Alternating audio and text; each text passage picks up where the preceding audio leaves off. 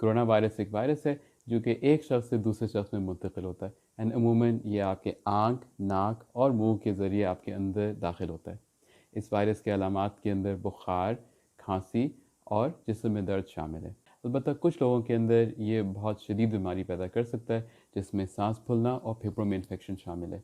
अमूमन शदीद बीमारी सिर्फ ज़ईफ़ लोगों के अंदर और उन लोगों में ज़्यादा पाई जाती है जिनकी क़ुव्वत मुदाफ़ियत कमज़ोर हो। लोगों से मिलें तो हाथ ना मिलाएं, गले ना लगाएं और कोशिश करें कि 6 फ़िट का फ़ासला रखें एक दूसरे से। इस वायरस के इलाज के लिए हमारे पास अभी फ़िलहाल कोई मौसर दवाई नहीं है।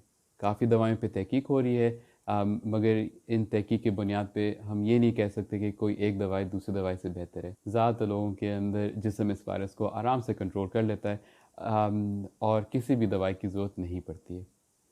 कोशिश करें कि अपनी क़ुव्वत मुदाफ़ियत बेहतर करने के लिए सिर्फ़ 3 चीज़ों पे ध्यान रखें।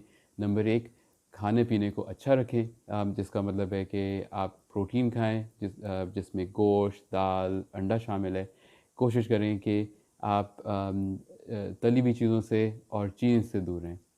रात को 7 से 8 घंटा सोना ज़रूरी है और रोज़ हल्की-फुल्की वर्जिश करना बहुत ज़रूरी है। इससे बचने का सबसे बेहतरीन तरीक़ा ये है कि अपने हाथ साफ़ रखें और कोशिश करें कि आँख, नाक और मुँह को ना छुएँ।